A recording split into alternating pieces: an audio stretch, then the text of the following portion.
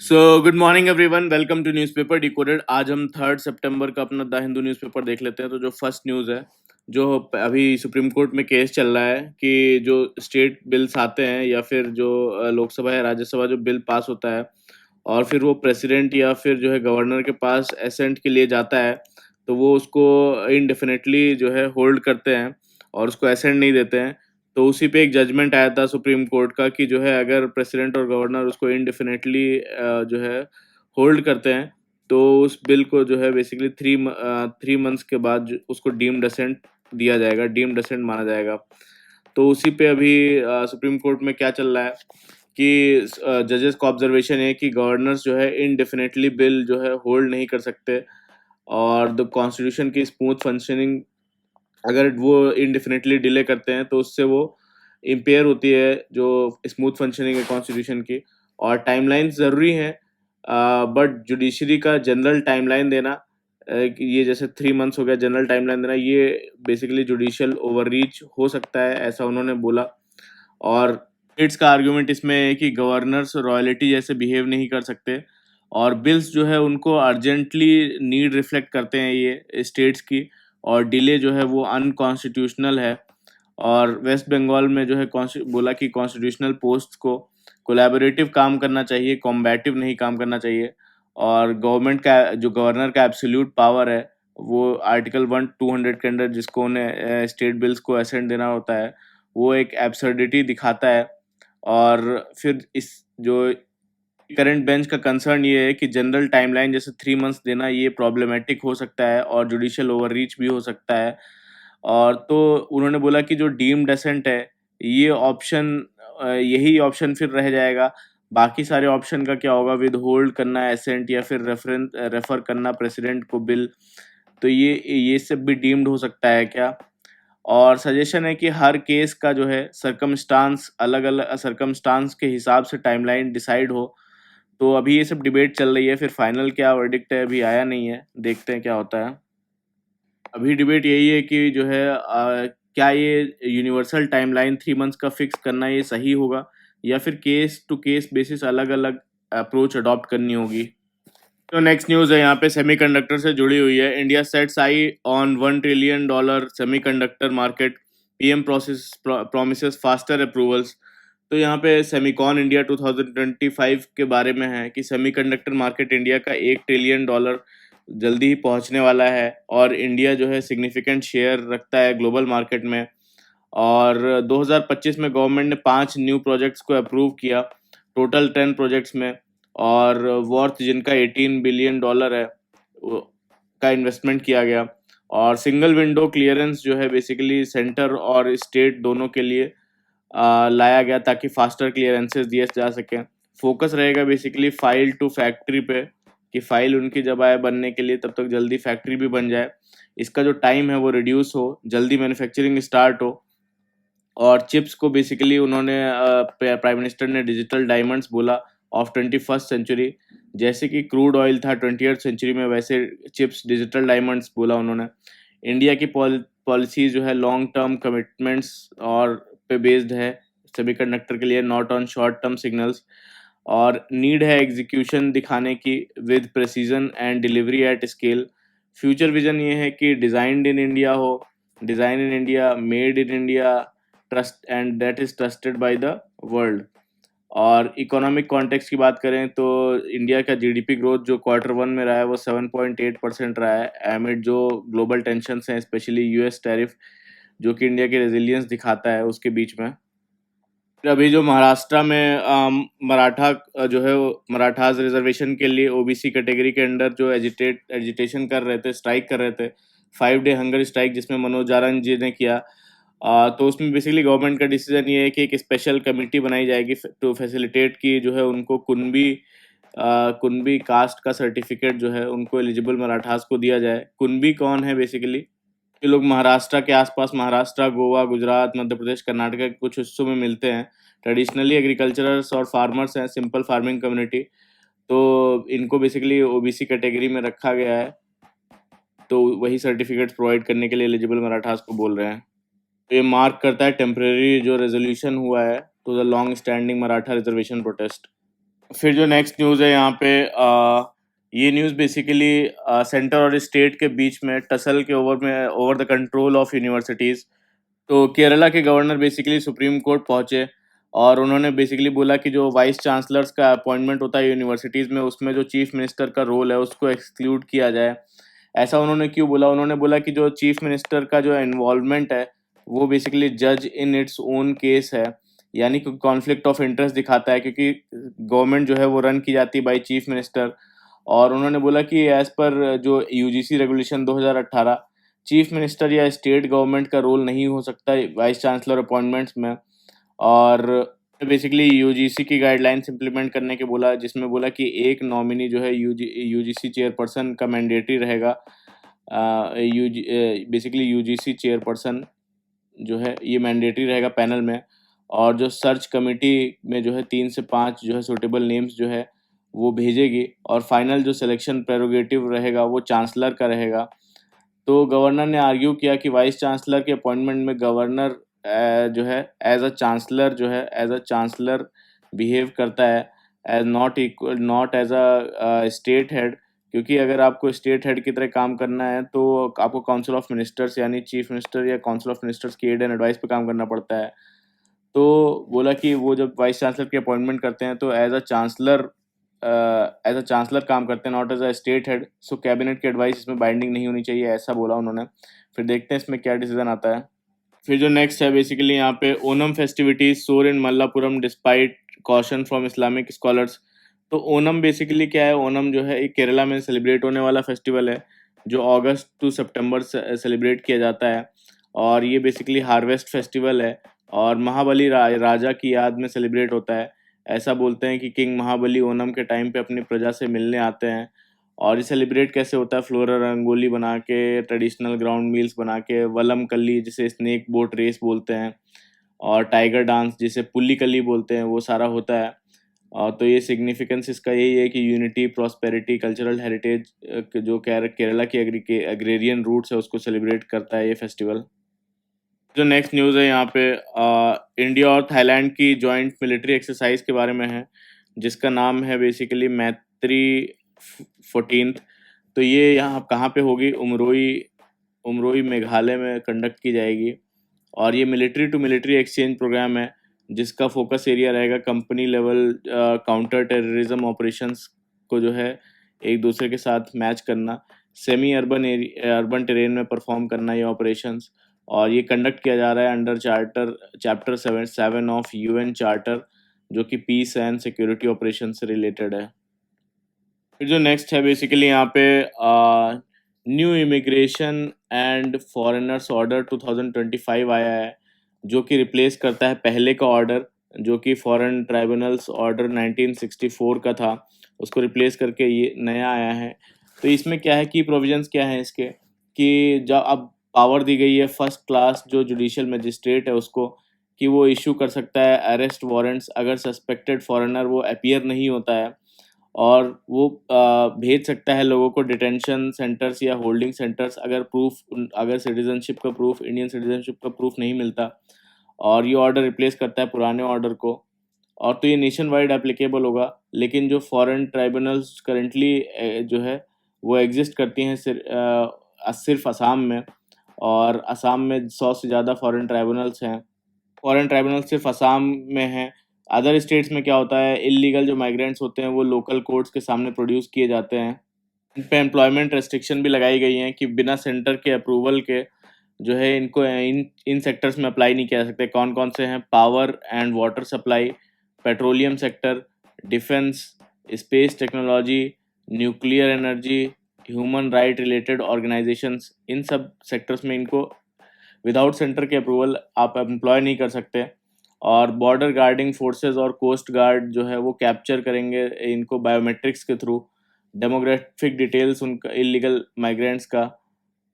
जो state nodal officers हैं वो मॉनिटर करेंगे डिटेक्शन और डिपोर्टेशन। और अगर ये कॉन्विक्ट होते हैं किसी चीज़ के लिए, जैसे टेररिज्म हो गया, एंटी नेशनल एक्टिविटी हो गई, espionage, rape, murder, human trafficking, cyber crime, fake currency और क्राइम अगेंस्ट ह्यूमैनिटी, तो बेसिकली इनको जो है ये सारे ग्राउंड्स हैं रिफ्यूज़ करने की, ताकि वो इंडिया में रह सकें, grounds of refusal to stay in India.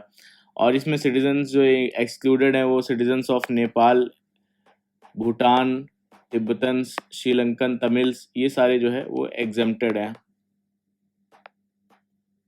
फिर जो नेक्स्ट न्यूज़ है, सिंगापुर के पीएम बेसिकली इंडिया पे के विजिट पे हैं, और वो इंडिया आए ट्यूसडे को to celebrate 60 years of diplomatic ties with India. और उन्होंने पीएम मोदी से बात की और जो इनाग्रेट किया फ़ेज़ 2 जो भारत मुंबई कंटेनर टर्मिनल है उसका। और एम है कि रिव्यू और स्ट्रेंथन किया जाए जो कॉम्प्रिहेंसिव स्ट्रेटेजिक पार्टनरशिप है, एग्री की गई थी जो 2024 में।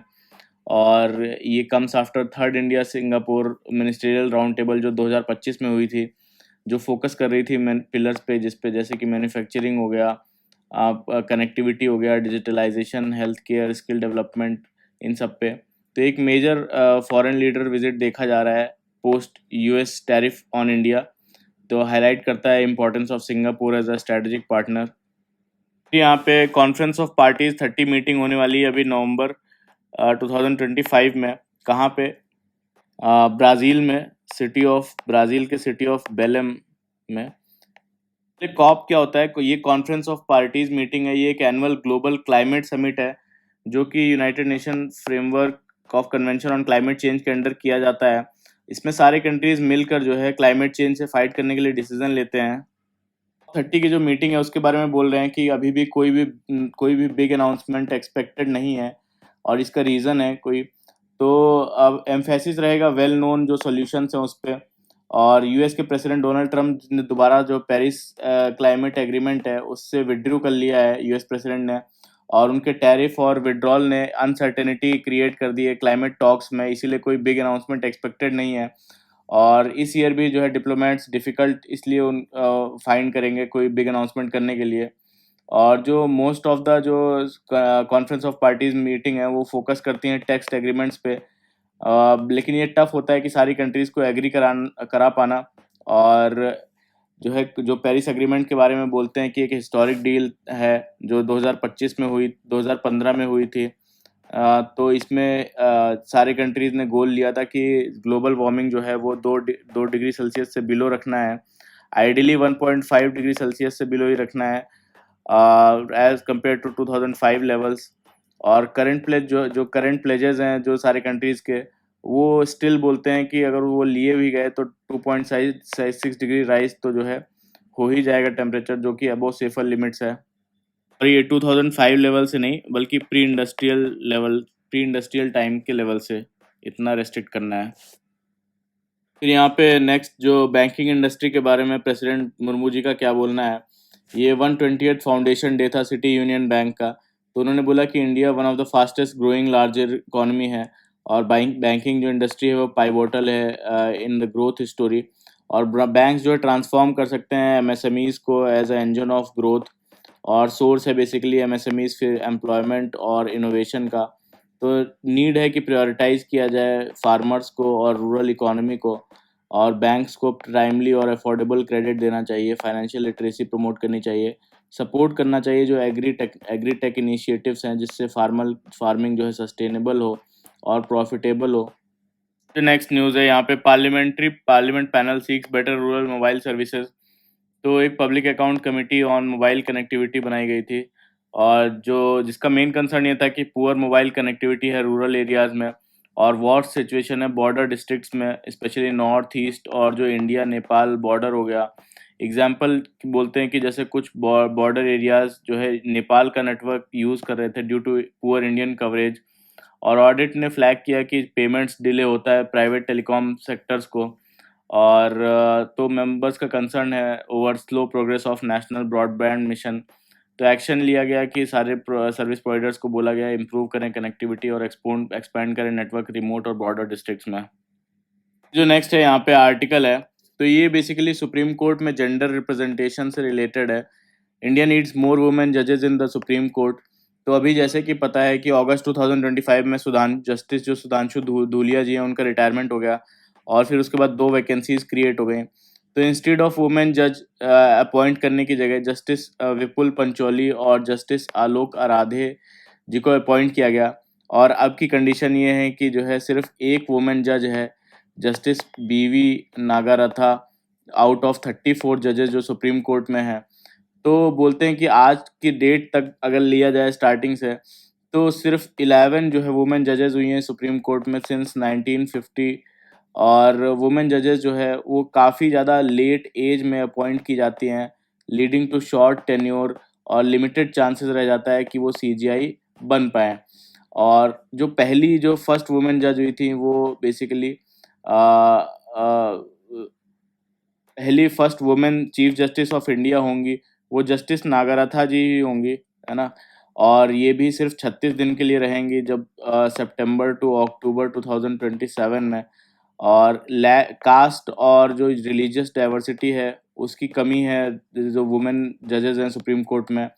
और कोई भी SC ST वुमेन जज अभी तक नहीं हुई है, और सिर्फ एक मुस्लिम जज हुई थी जिनका नाम था जस्टिस फातिमा बीवी।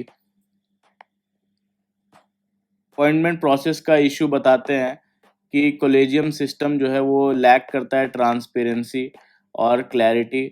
और जो फैक्टर्स जैसे कि कास्ट हो गया, रिलीजन हो गया, रीजन हो गया, ये कंसिडर किए जाते हैं, बट जो है जेंडर इज इग्नोर्ड। फिर उसके बाद में बोलते हैं सीनियर वुमेन जजेस ऑफन ओवरलुक्ड डिस्पाइट एलिजिबिलिटी। तो सीनियर वुमेन जजेस जो होती हैं they are often overlooked despite their eligibility.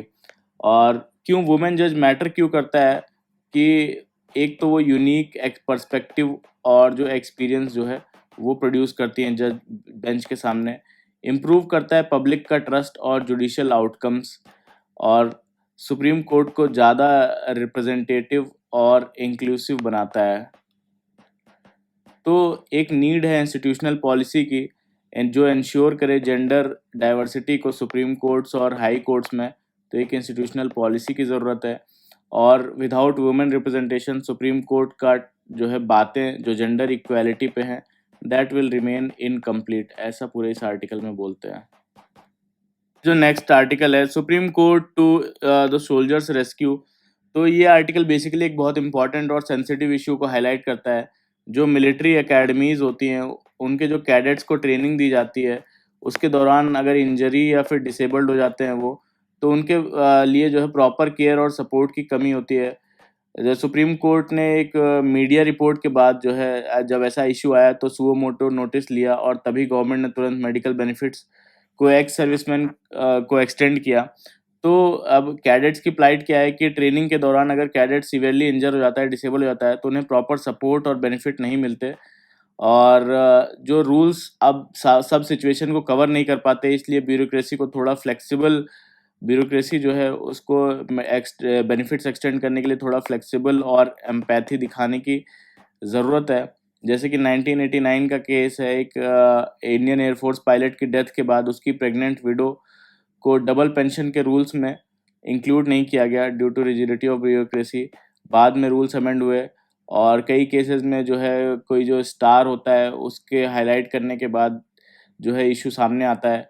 तो सिस्टमिक और जो ऑटोमेटिक सपोर्ट की कमी है, और हर केस में स्टार जो है उनको से जुड़ना होना की ज़रूरत नहीं होनी चाहिए। मीडिया रिपोर्ट्स और फैमिलीज़ की डिफ़िकल्टीज़ के बावजूद ब्यूरोक्रेसी जो है कोल्ड हार्टलेस जो है बनी रही कुछ केसेस में। और डिफेंस पर्सनल और कैडेट्स जो नेशन के लिए जान रिस्क करते हैं उनके लिए फ्लेक्सिबल रूल्स और एम्पैथी होना चाहिए, इस पूरे आर्टिकल में बोलते हैं। और बेसिकली यहाँ पे चाणक्य की एक लाइन याद दिलाई गई कि सोल्जर्स को अपने ड्यूज डिमांड जो है करने पड़े तो राजा का मॉरल जो अथॉरिटी है वो ख़त्म हो जाता है। फिर जो नेक्स्ट आर्टिकल है यहाँ पे India signalled a change in foreign policy stands eight SCO summit. तो PM मोदी का जो चाइना विजिट है संघाई कोऑपरेशन ऑर्गेनाइजेशन समिट के लिए, तो ये एक बिग फॉरेन पॉलिसी शिफ्ट दिखाता है, इसका सिग्नल है। 7 साल बाद मोदी और जी जिनपिंग की मीटिंग हुई 2020 में लाइन ऑफ एक्चुअल कंट्रोल पे स्टैंड ऑफ के बाद।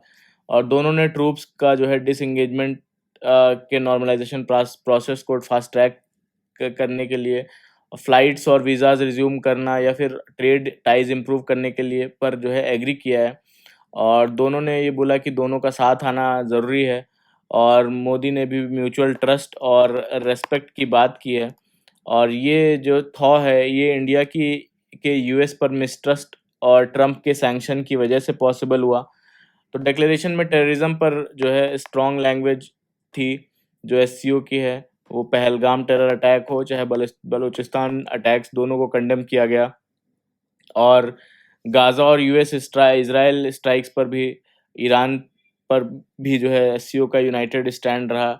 लेकिन इंडिया ने फिर से जो बॉर्डर एंड रोड इनिशिएटिव है चाइना का, उसको अपोज किया, क्योंकि इसका जो एक हिस्सा है चाइना पाकिस्तान इकोनॉमिक कॉरिडोर, ये हमारे पाकिस्तान ऑक्युपाइड कश्मीर से गुजरता है।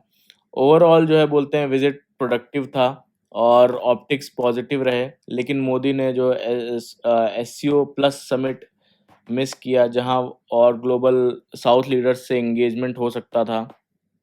जो नेक्स्ट है यहाँ पे decoding the supreme court order on regulatory assets. तो रेगुलेटरी एसेट्स क्या होते हैं पहले ये देख लेते हैं कि जब डिस्कॉम्स क्या होती हैं, जो इलेक्ट्रिसिटी डिस्ट्रीब्यूट करती हैं कंपनी, इलेक्ट्रिसिटी सप्लाइंग कंपनीज, वो बेसिकली उनको जो जब इलेक्ट्रिसिटी वो प्रोड्यूस करती हैं तो उनका इलेक्ट्रिसिटी सप्लाई करने का जो कॉस्ट है, जो सप्लाई कॉस्ट है, वो बेसिकली ज़्यादा होता है। जो वो कंज्यूमर से रेवेन्यू उनको जो है मिलता है उससे अगर ज़्यादा होता है तो उनको लॉस होता है। और इस गैप को कंज्यूमर्स पर तुरंत डालना जो है वो मुश्किल होता है, क्योंकि टैरिफ बहुत ज़्यादा बढ़ जाएंगे। इसलिए जो है डिस्कॉम्स को जो है अलाउ किया जाता है कि वो इस गैप को रेगुलेटरी एसेट्स के फॉर्म में, ये जो गैप है इसको बेसिकली रेगुलेटरी एसेट्स के फॉर्म में रिकॉर्ड करें और बाद में कंज्यूमर्स से रिकवर कर सकें वो इंटरेस्ट के साथ। तो अब ये गैप होता क्यों है? एक तो नॉन कॉस्ट रिफ्लेक्टिव टैरिफ की वजह से होता है। इलेक्ट्रिसिटी के रेट जो है पॉलिटिकल रीजंस की वजह से जो है काफ़ी कम रखे जाते हैं। सब्सिडी डिलेज होते हैं, स्टेट गवर्नमेंट्स टाइम पे जो है सब्सिडी रिलीज़ नहीं करती। और subsidy delay, fuel price increase बताते हैं कि फ्यूल या पावर परचेज कॉस्ट बढ़ने से कॉस्ट जो है पावर परचेज कॉस्ट या फ्यूल की कॉस्ट बढ़ने से भी ज़्यादा हो जाता है प्राइस। बताते हैं कि दिल्ली के जो डिस्कॉम्स हैं उन पे काफ़ी ह्यूज रेगुलेटरी एसेट्स पेंडिंग है। अगर उन्हें 4 साल में रिकवर करना है तो कंज्यूमर्स को लगभग ₹5.5 एक्स्ट्रा पर यूनिट देना पड़ेगा। शॉर्ट टर्म में तो रिलीफ मिलता है, लेकिन लॉन्ग टर्म में उन्हें ज़्यादा भुगतान करना पड़ता है इंटरेस्ट के साथ। रेगुलेटरी एसेट्स पेंडिंग होने से होता क्या है, बेसिकली जो डिस्कॉम्स हैं उन पे कैश फ्लो क्राइसिस होता है। पावर जनरेटर्स को टाइम पे पेमेंट जो है वो नहीं कर पाते। बोरोइंग, उनको फिर लोन लेना पड़ता है, बोरोइंग करनी पड़ती है, फिर वो डेट में भी आ जाते हैं कई बार। और इसका सॉल्यूशन क्या बताते हैं? इसका सॉल्यूशन बताते हैं टैरिफ को बेसिकली कॉस्ट रिफ्लेक्टिव बनाया जाए। जो एक्चुअल कॉस्ट जो है उसके क्लोज़र हो टैरिफ के, और पॉलिटिकल रीजंस की वजह से उसे बहुत कम ना किया जाए। टारगेटेड सब्सिडीज़ हों, सिर्फ वल्नरेबल कंज्यूमर्स को प्रोटेक्शन मिले। और थर्ड बताते हैं स्टेट सब्सिडीज़ जो है वो टाइम पे रिलीज़ हो, टाइमली रिलीज़ हो। और ऑटोमेटिक फ्यूल कॉस्ट एडजस्टमेंट हो, यानी फ्यूल प्राइसेस बढ़ने पे फ्यूल प्राइसेस अगर बढ़ जाते हैं उस पर टैरिफ ऑटोमेटिकली एडजस्ट हो जाए। और फिफ्थ बताते हैं एनुअल ट्रू अप एक्सरसाइज, यानी एक्चुअल और जो प्रोजेक्टेड कॉस्ट है हर साल, एक्चुअल एंड प्रोजेक्टेड कॉस्ट हर साल जो है रिकनसाइल हो जाए। और फिर सिक्स्थ बताते हैं रेगुलेटरी डिसिप्लिन्स के बारे में, कि जो स्टेट इलेक्ट्रिसिटी रेगुलेटरी कमीशंस हैं उनका स्ट्रिक्ट लिमिट और ट्रांसपेरेंसी रिकवरी प्लान जो है वो ये सेट कर सकती हैं ये बॉडीज़। की एक वार्निंग है कि जो डिस्कॉम्स हैं और जो स्टेट गवर्नमेंट्स को अब डिसिप्लिन दिखाना होगा, otherwise electricity sector financial stress में ही फेज जो है वो फेस जो है इसको फेस करता रहेगा। फाइनेंशियल स्ट्रेस जो है वो कंटिन्यू रहेगा। फिर जो नेक्स्ट न्यूज़ है यहाँ पे, PM Modi receives first made in India Vikram 32 bit chip. तो फर्स्ट मेड इन इंडिया जो चिप है वो विक्रम 32 बिट चिप है, जो कि सेमिकॉन इंडिया जो 2025 हो रहा है, जो फर्स्ट पेज में हमने देखा उसमें जो है पीएम मोदी को एक स्पेशल मोमेंटो दिया गया जिसमें मेड इन इंडिया ये चिप विक्रम 32 लगाई हुई थी। और बेसिकली रॉकेट के एवियोनिक्स सिस्टम यानी ऑनबोर्ड कंप्यूटर को कंट्रोल करती है। इसका काम होता है नेविगेशन, रॉकेट को सही रास्ता ट्रैक करना, गाइडेंस, रॉकेट को प्रॉपर डायरेक्शन देना, कंट्रोल यानी इंजन थ्रस्ट और जो स्टेबिलिटी है उसको मैनेज करना। ये चिप्स जो है रेडिएशन हार्डन्ड है, रेडिएशन का इफेक्ट नहीं होता है, हाईली रिलायबल डिज़ाइन की गई है ताकि रॉकेट जो है सेफली काम करे। एक चीज़ और देते हैं कि अभी तक जो है टोटल 5 सेमीकंडक्टर यूनिट्स बन रही हैं। एक की पायलट लाइन कंप्लीट हो गई है और 2 और यूनिट्स कुछ महीनों में प्रोडक्शन शुरू करेंगे, ऐसा बोलना है। जो नेक्स्ट न्यूज़ है यहाँ पर army chief Munir part of Pakistan team that met Chinese president to discuss ties. तो ये मीटिंग बेसिकली पाकिस्तान के आर्मी चीफ आसिम मुनीर और की पहली मुलाकात थी जी जिनपिंग प्रेसिडेंट से, और उसमें पीएम शहनवाज शरीफ भी पाकिस्तान के शामिल थे। और ये दोनों के बीच में जो है बायलेटरल और रीजनल कोऑपरेशन डील्स पर टॉक हुई, जिसमें बेसिकली इन दोनों ने मॉडर्न वेपन्स डिस्प्ले जो होने वाला था उसमें भी पार्टिसिपेट किया। जैसा कि पता है कि पाकिस्तान के का जो 80% वेपन्स है वो चाइना से आता है, और जी जिनपिंग ने कहा कि ग्लोबल चेंजेस के बीच में एक मजबूत China Pakistan relation regional piece और डेवलपमेंट के लिए ज़रूरी है। और दोनों ने जो चाइना पाकिस्तान इकोनॉमिक कॉरिडोर है और जो फ्री ट्रेड एग्रीमेंट है उसको अपग्रेड करने की बात की। और सीपीईसी बेसिकली जो है ये हमारे पाकिस्तान ऑक्यूपाइड कश्मीर से गुजरता है, जो कि एक कंसर्न है बेल्ट एंड रोड इनिशिएटिव का इंडिया के लिए। और जी जिनपिंग ने बेसिकली पाकिस्तान से चाइनीज़ पर्सनल और प्रोजेक्ट्स की सुरक्षा की डिमांड की, और ने जो है अपने रिश्तों को यूनिक और अनपैरेलल बताया। तो ये था पूरा आज का हमारा द हिंदू का न्यूज़ डिस्कशन। तो प्लीज़ अच्छा लगा हो तो लाइक करिएगा, कमेंट करिएगा और सब्सक्राइब भी करिएगा मेरा video. Thank you very much for the discussion.